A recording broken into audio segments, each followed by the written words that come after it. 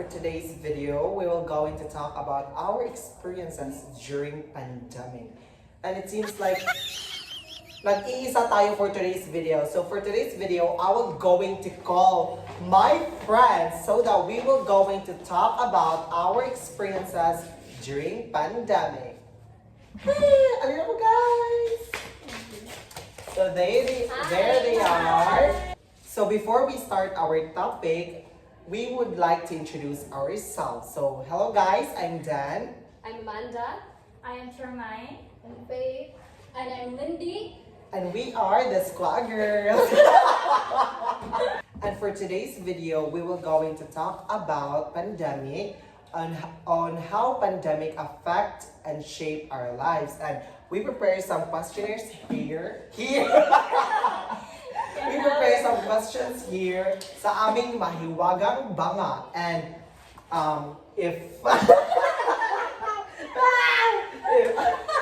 we were going to pick, for example, we were going to pick one questions, and after I read the questions, all of us will going to answer the question. So, nagkakaintindihan ba tayo? Yes! Alright, let's go! Alright, let's start. So, let's shake our banga to how to pick our questions. So first, I'm going to pick our questions. So here is our first question. So our first question is, how did you stay connected with loved ones? So who going to answer first? Okay, so they chose me. So what's the question? So the question is, how do you stay connected with loved ones? Okay.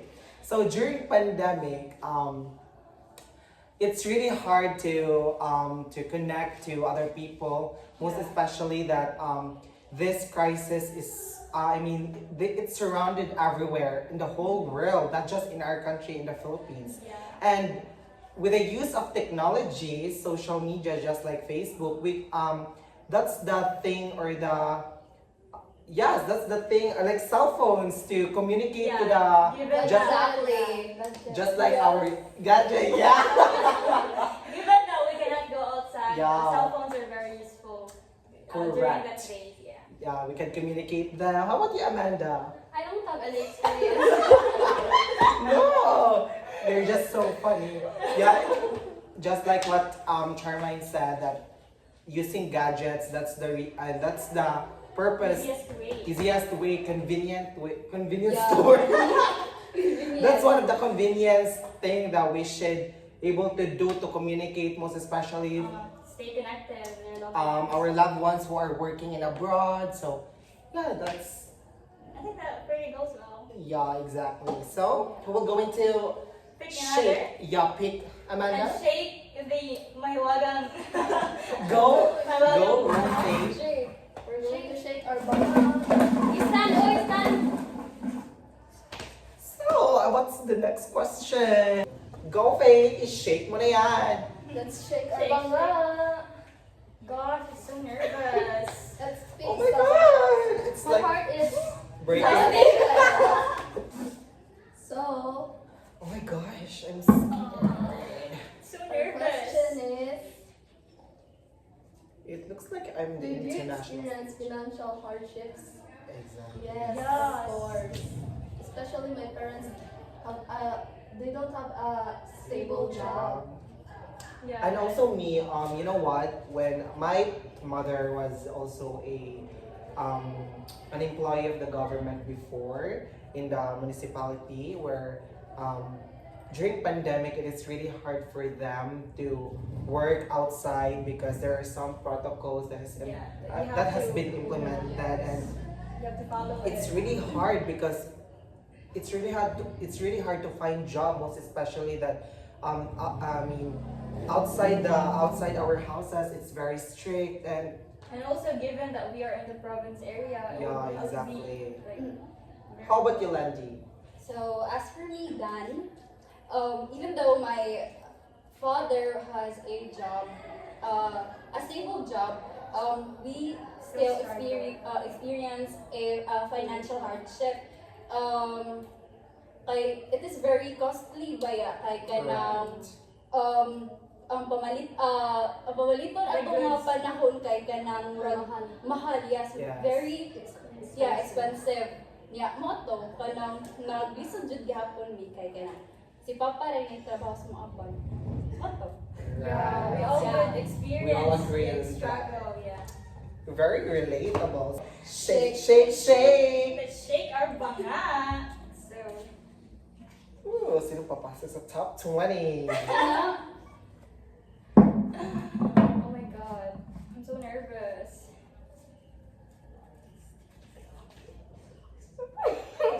Oh my God, kinakabahan ako, girl.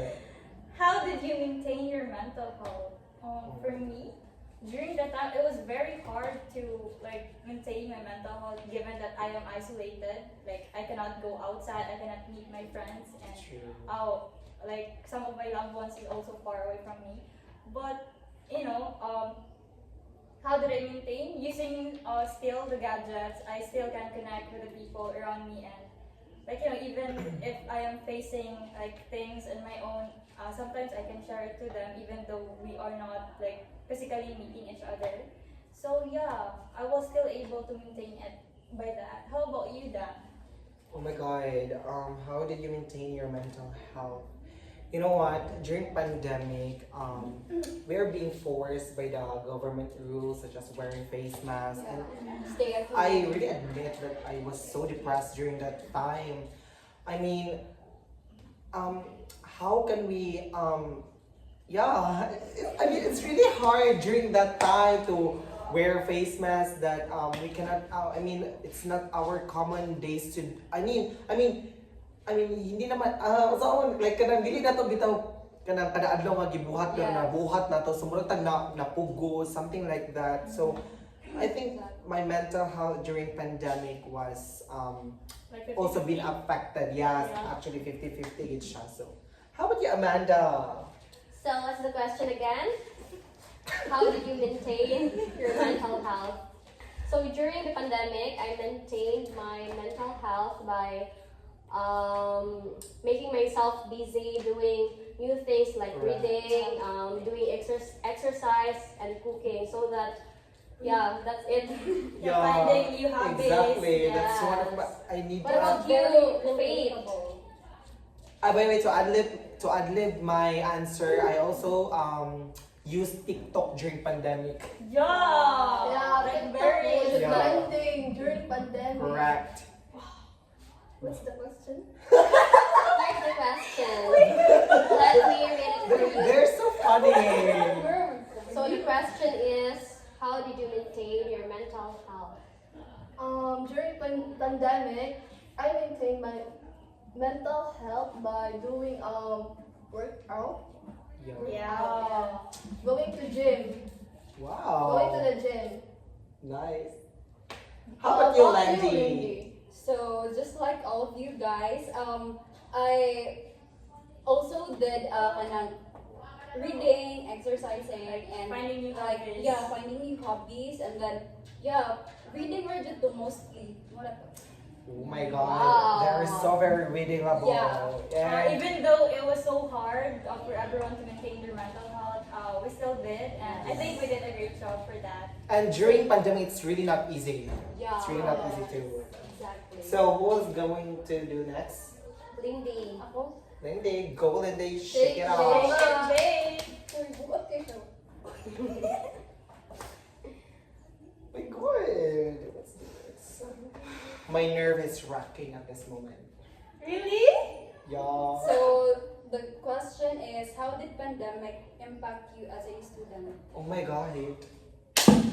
We can all relate to this. So before the pandemic, I was a consistent honor student, which is Wow. amazing. Which is very impressive. About ang pandemic, given nga kanang online classes and then modules kanang moto kanang na wala na ako na honor, which is very kanang disappointing. Devastating, Yeah, yeah. which is really disappointing sa akong part kay like kanang tapulan magud kumubuhat og modules ba kay basta kanang way gana kay naa sa balay niya kanang dili man ka mga classmates. Yeah. Yeah, inana. Kamo, what's your take? Go, great. Go. My experience, what's it? Impact. How did Pandemic impact me as a student by I was forced to answer the modules, and which is not, I don't want to answer the modules. I'm Right. forced to attend Very indeed. a online Classes. class. Yeah. Online classes. How about you? What's your take? For me, what was the question again? How did pandemic impact you as a student? Yeah, I can say that I have both positive and negative impact during pandemic because before pandemic, I was very a shy person. I don't even know how to socialize with people. But then, meeting a lot of people online and it boosts my confidence. So, for example, right now, I can talk like this, but even though I'm still nervous, yet my performance has been like, change a thing. Oh. Yeah, that would be.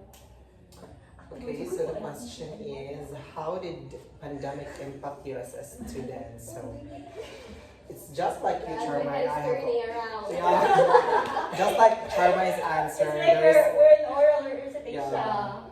there are also negative and positive impact, but my positive impact, it's an opposite answer of Landy, where what's your answer? You said you were consistent honor student. But you know what? When pandemic arise, I received awards because Wow. yeah, we answer our modules at home and we can really research it. Yeah, on we can Google. rely on the And fact. that's also the negative impact because Did you use Chat GPT or Brainly? Brainly, Brainly, admit it. Brainly was one of the Yeah, most. you guys deny Yeah, it. exactly.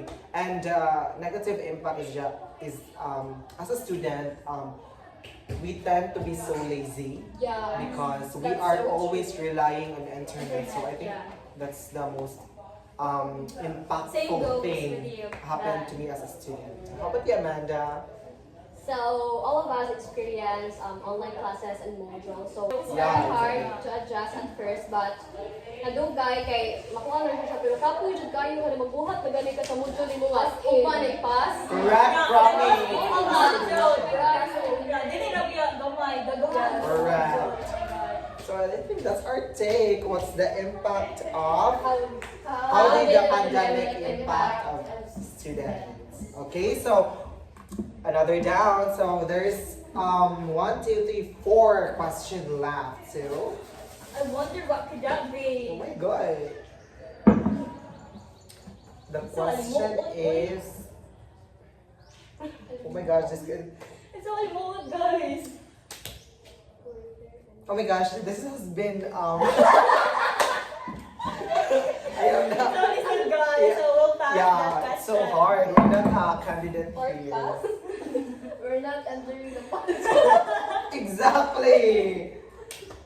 Oh my gosh, how did you cope with isolation during the pandemic? It's really hard. Yeah. You know what? During pandemic, you know what, Ani?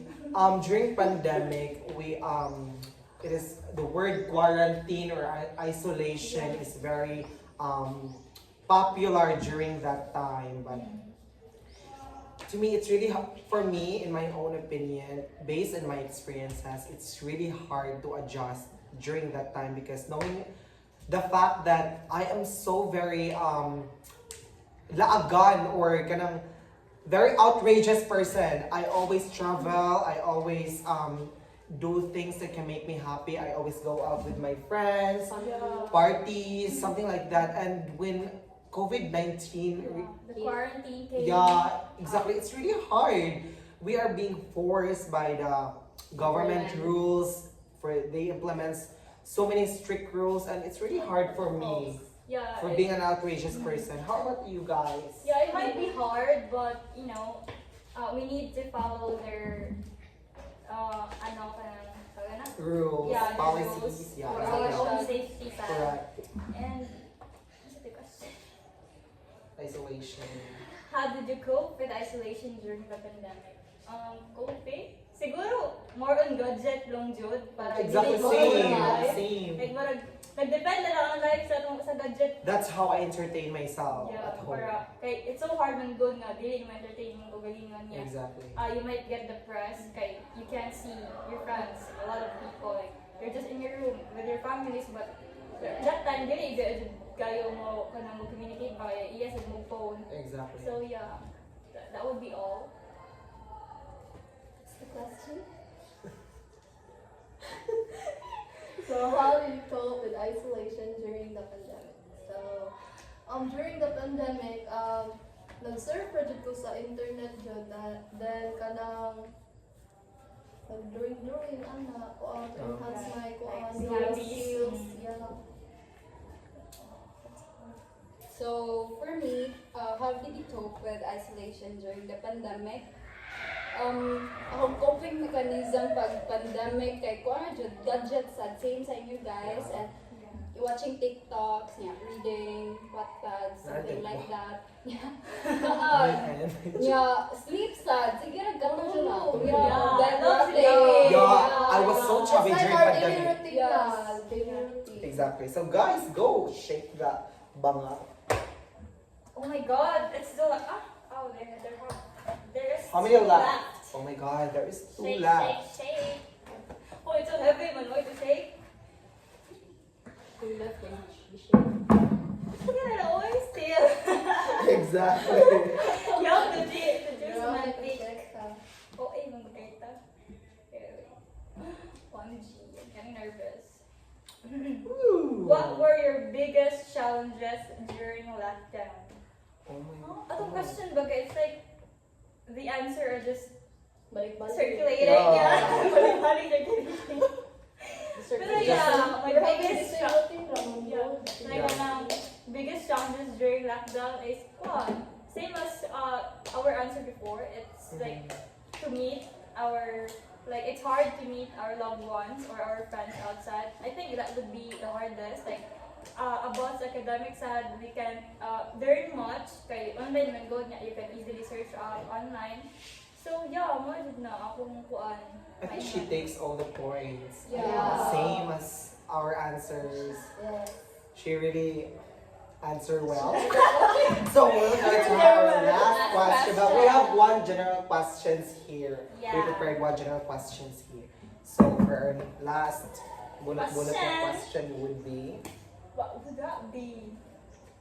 Abu Dhabi. How did your daily routine change? Oh. How did your daily routine change? Just like what I said earlier, I am very outrageous person. I Yeah. travel a lot. I go to my Parties a friends, lot. parties, and during pandemic, it really changed. I always stay at home. I just go out when it is necessary to buy something like our necessities, Yeah. our essentials every day. And I think that in that situation, our routine really changed. How about you? What's your daily routine that really changed during a pandemic? How about you, Amanda? Where's the question? Can I have? What's your daily routine? How did your How did daily Routine your change. daily routine change? So, before pandemic, kay grabe dyan ako kalanggan dyan. Sa Correct. Ayun. So, pag pandemic na, kay, bawal lang, napuyo na akong bola, murag maglaban na, pero akong ulo, wala na akong galaan. Correct. Usa ko na siya sa depressed ako. Kaya wala yung That's it. Yeah. What about you, Fate?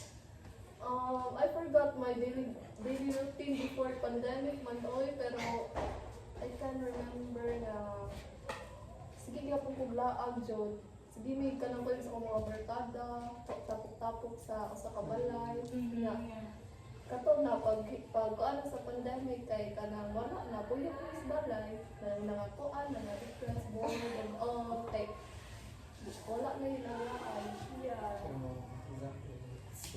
So as for me, kay on, wala pa siya nabag-o kay like dili opposite sa inyo guys kay dili pa jud ko laagan Introvert. kanang dili jud ko laagan as in ya kanang murag nalipay pagay ko nga kanang sige rag kuan kanang day sa balay kay kana din na mo ato eskwelahan ana wala to. I mean, during pandemic, one of the most, na-impact ng Julia mo kay ato yung social mo, like, sa social di siya nga paan kay daghan kita mo, oh yeah, exactly, socialization. And, I think, we, Oh, the last we, one? we, Yeah. ended, we answered a lot of questions, but we have our general, we prepared one general questions for us to, Answer. yeah, but same as usual we did. Yes. Yeah. So the one of this is the last questions. What life lessons did you learn during pandemic?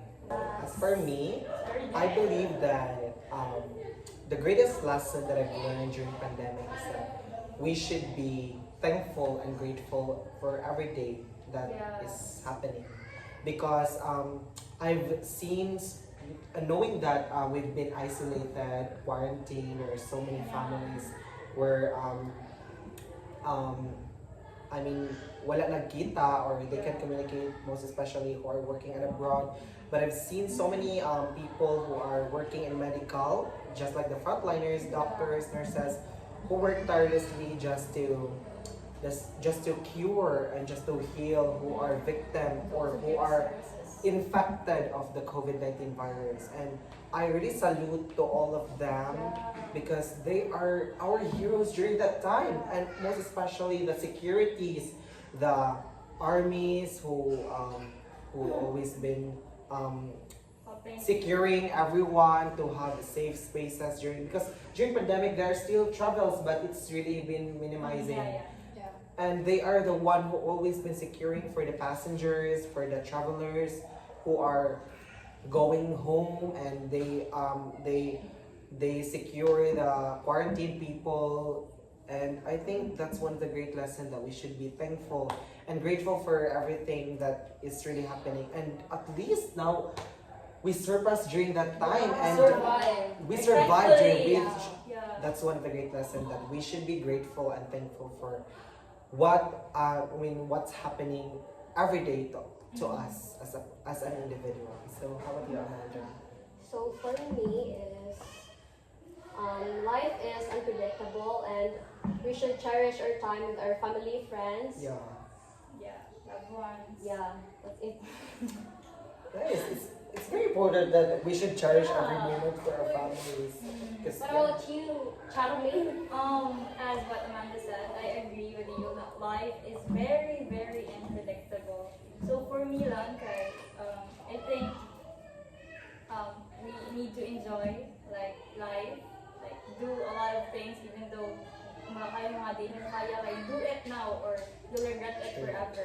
More than lang.